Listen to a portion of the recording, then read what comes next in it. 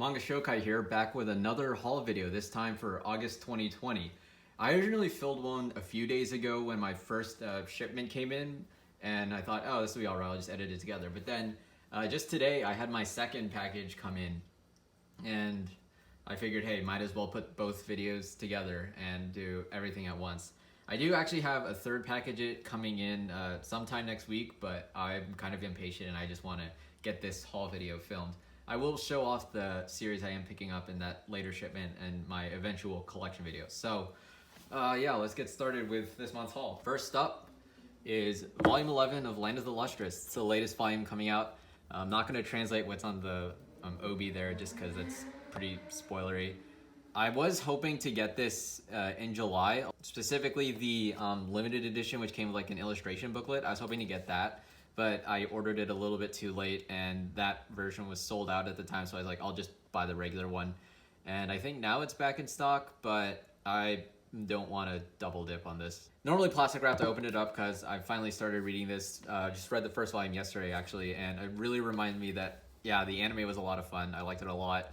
I'm really looking forward to where the story will go next and what will happen beyond what I remember from the anime.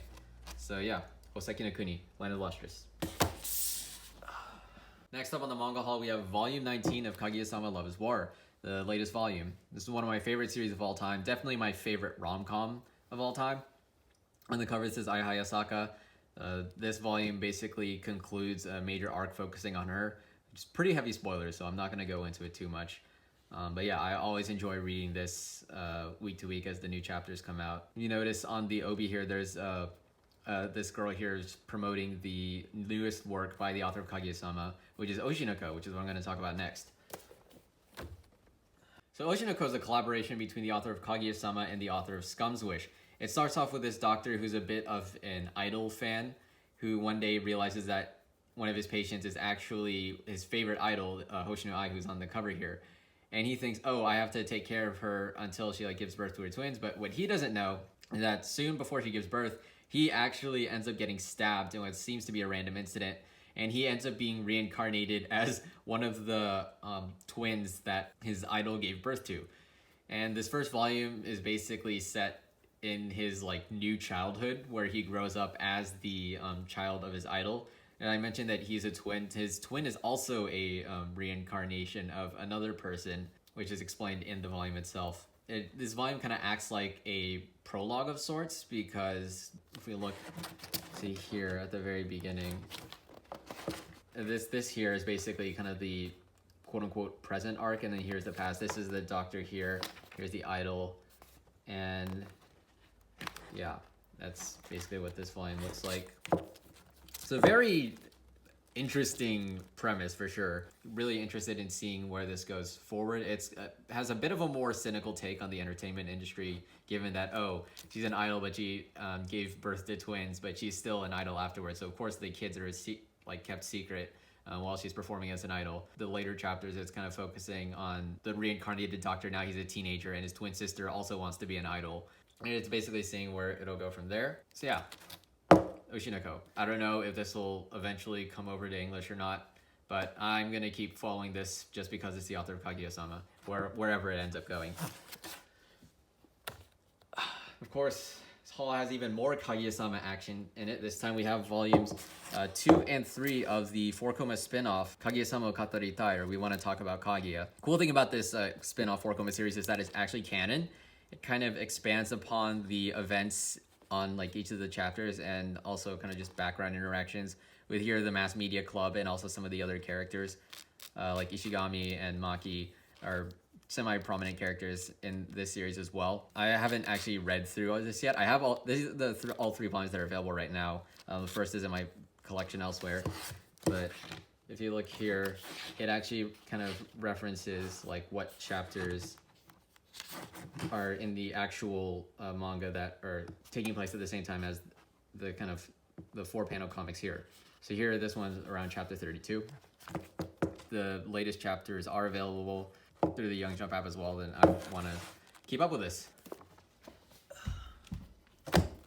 Next up, we have 8 volumes of Dungeon Meshi. There's a 9th volume which is available, but I haven't picked it up yet. I got this kind of as a quote-unquote bundle. And I know this series is pretty highly praised. I haven't read it yet, so I don't really know much about it other than that it's kind of a fantasy dungeon crawling series with a focus on food.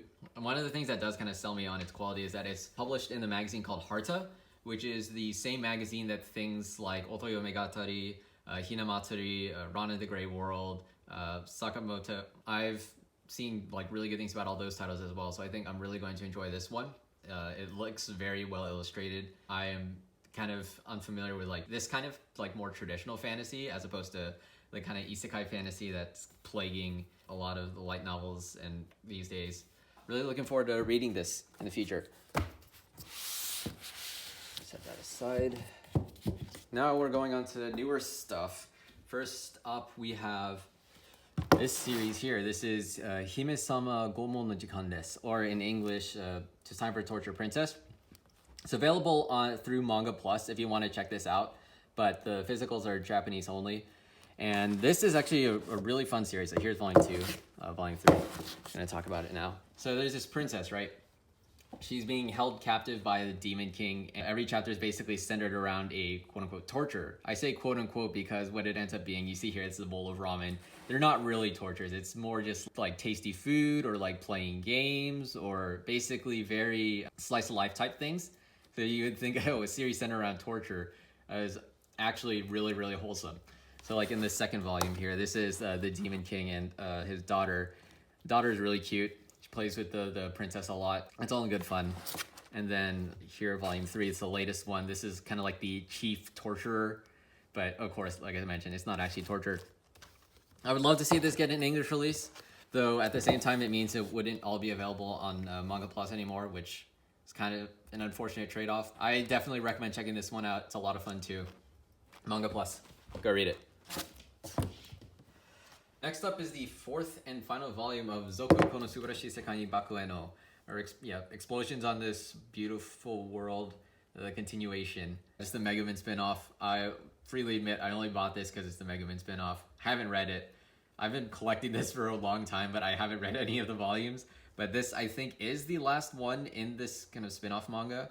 So I hopefully will get around to reading it soon. I say that about all the series I have, but it's just kind of like a priority of, hey, how much are people like talking about this, or how like hyped am I to read this? And it's Megaman, so I will read it. I'll probably enjoy it, but it's very much kind of like that kind of spin-off nature where it's probably something that you don't need to like think about buying unless say you're like a huge fan of Megaman. But yeah.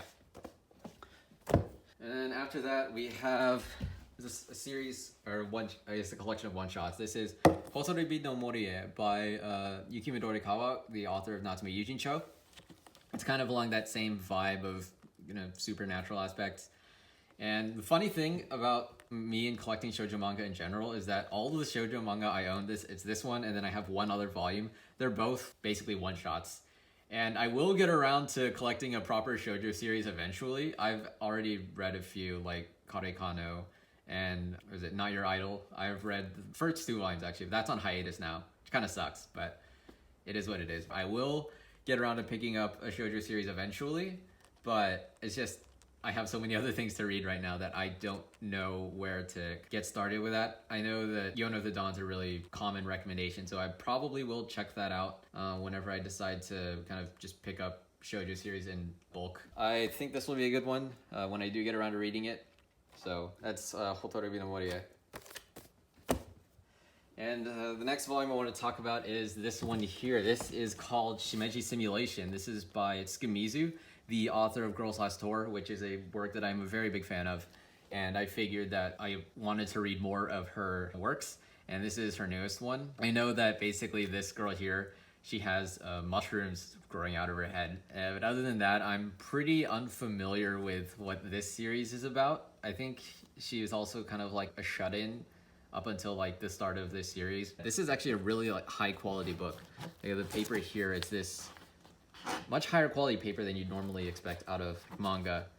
And also this like just volume size in general is a lot bigger than any of the other manga that I have. And so this is gonna be a bit of an awkward fit on my bookshelf, but I am really looking forward to reading this because, like I mentioned, big fan of Girls Last Tour. And the final volume I want to talk about is this one here. This one is called Hitarite no Tame no Nijuso, or Piano Duo for the Left Hand. This is a series I'm actually keeping up with monthly through Comic Days. This runs in a magazine called Shonen Magazine Edge, which is the same magazine that like all the, I think, Shaman King spin-offs run in.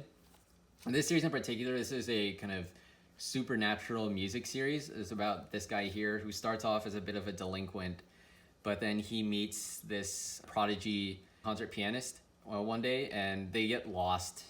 Basically, he takes her back home, but then what ends up happening is that she dies in a tragic accident. And of course, he kind of blames himself for that. Everyone around him blames him for it. And so he doesn't really think, with that kind of like guilt on him, he doesn't think he has much left going for him. But then basically at the end of the first chapter, he realizes that the spirit of the girl that he was with, the concert pianist, actually lives on in his left hand. And from here, he basically decides to become a pianist to basically honor her memory and fulfill her wishes because she's still around. The fact that he's basically half of a pro pianist now, which is really weird in practice, because like one of the early chapters here, he basically enters a piano competition. Of course, him being very much a novice, basically he's just practicing like one part with one hand, which seems really weird. This is actually a pretty interesting series in my opinion, just like kind of how different a take it is on a musical shonen series. They recently introduced a rival character. I don't know if he appears in the first volume. I don't exactly remember how many chapters are in this. It would be cool to see this show up in English. I will keep collecting this. I'll keep talking about it, maybe even do like a dedicated video to this as more volumes come out. In the meantime, yeah, this is a pretty cool read. Looking forward to just going through this again. Alright, so that's my manga haul for the month of August. Like I mentioned, I do have one more package coming in, but it's just one series that I don't think it would probably merit its own video talking about the series as opposed to just like, hey, I collected this new series. Maybe that'll happen, maybe it won't. It depends on just if I find the time for it. Anyways, if you liked this video, leave a comment, subscribe, and I will see you all next time.